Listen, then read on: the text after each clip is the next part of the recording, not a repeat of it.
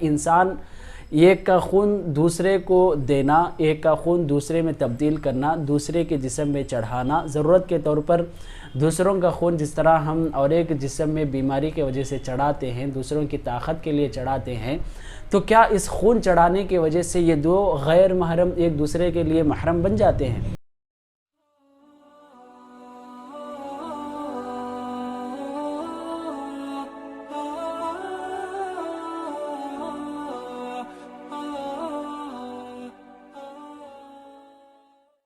السلام علیکم ورحمۃ اللہ وبرکاتہ۔ الحمدللہ رب العالمین والصلاة والسلام علی رسولہ الکریم وما بعد، فاعوذ باللہ من الشیطان الرجیم، بسم اللہ الرحمن الرحیم، انما المؤمنون اخوہ فاصلحوا بین اخویکم واتقوا اللہ لعلکم ترحمون۔ اللہ تبارک و تعالیٰ نے مسلمانوں کو آپس میں بھائی بھائی قرار دیا ہے، مومنوں کو آپس میں بھائی بھائی قرار دیا ہے۔ یہ بھائی چارگی اسلام کے ذریعے ہے، یہ بھائی چارگی خون کے ذریعے نہیں ہے۔ اس وجہ سے کہ خون کے ذریعے کا مطلب میں یہ بتا رہا ہوں کہ الحمدللہ ہم ایک باپ کی تو اولاد ہیں، آدم علیہ السلام کی نسل تو ہیں، اور ہم اس طرح ایک دوسرے سے دور دور سے بھی جڑے ہوئے ہیں، مگر خاص طور پر اللہ تبارک تعالیٰ مومنوں کا اور اللہ کے رسول اخو المسلم حدیث میں اسلام اور مسلمان کا لفظ استعمال کر کے واضح کر دیا کہ اسلام اور ایمان کے ذریعے مسلمان آپس میں بھائی بھائی زیادہ سے زیادہ ہیں۔ یہ خون کے ذریعے تو ہر انسان ایک دوسرے کا بھائی بھائی ہے، اور اسلام کے ذریعے خاص طور پر اللہ تبارک تعالیٰ اور اس کے رسول بتائے ہیں۔ تو میں اس وجہ سے بات بیان کر رہا ہوں کہ آپس میں بھائی ہونا یہ رشتہ داری تو ہے،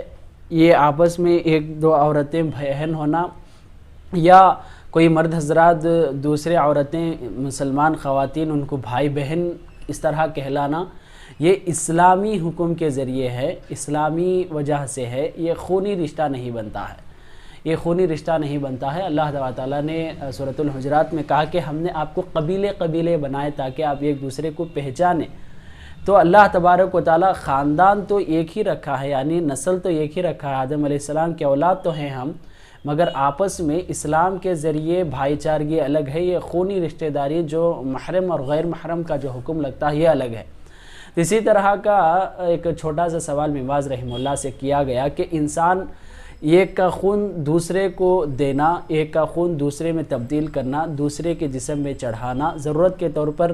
دوسروں کا خون جس طرح ہم اور ایک جسم میں بیماری کی وجہ سے چڑھاتے ہیں، دوسروں کی طاقت کے لیے چڑھاتے ہیں، تو کیا اس خون چڑھانے کی وجہ سے یہ دو غیر محرم ایک دوسرے کے لیے محرم بن جاتے ہیں؟ ایک دوسرے کے لیے رشتہ داری میں جس طرح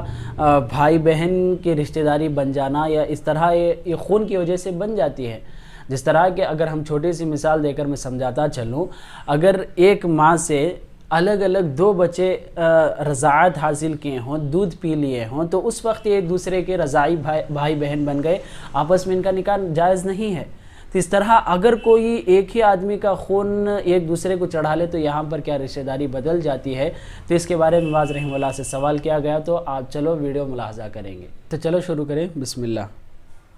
سؤال يقول: هل نقل الدم من شخص إلى آخر يدخل ضمن التأثير على النسب بين الأفراد؟ تو مواز رحمہ اللہ سے سائل سوال کر رہے ہیں کہ خون ایک سے دوسرے شخص کے اندر نقل کرنا، ایک دوسرے کے درمیان خون کا بانٹ لینا، ایک دوسرے کا خون دوسرے کو چڑھانا، خون کا تبادلہ کرنا، یہ کیا نسل اور نسب میں فرق پڑتا ہے؟ کیا اس سے کوئی اور تعلق قائم ہو جاتا ہے؟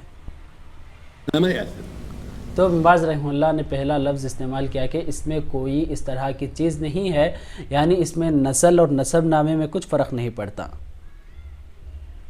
نقل الدم لا يؤثر، ليس مثل الرضاعة۔ یہ رضاعت کی طرح نہیں ہے کہ دودھ پی لینے سے جس طرح انسان کی ہڈیاں، انسان کا گوشت پروان چڑھتا ہے، خون کے لینے سے اس طرح یہ غذا نہیں ہے، اس وجہ سے یہ نسب میں کچھ فرق نہیں کر سکتا۔ لو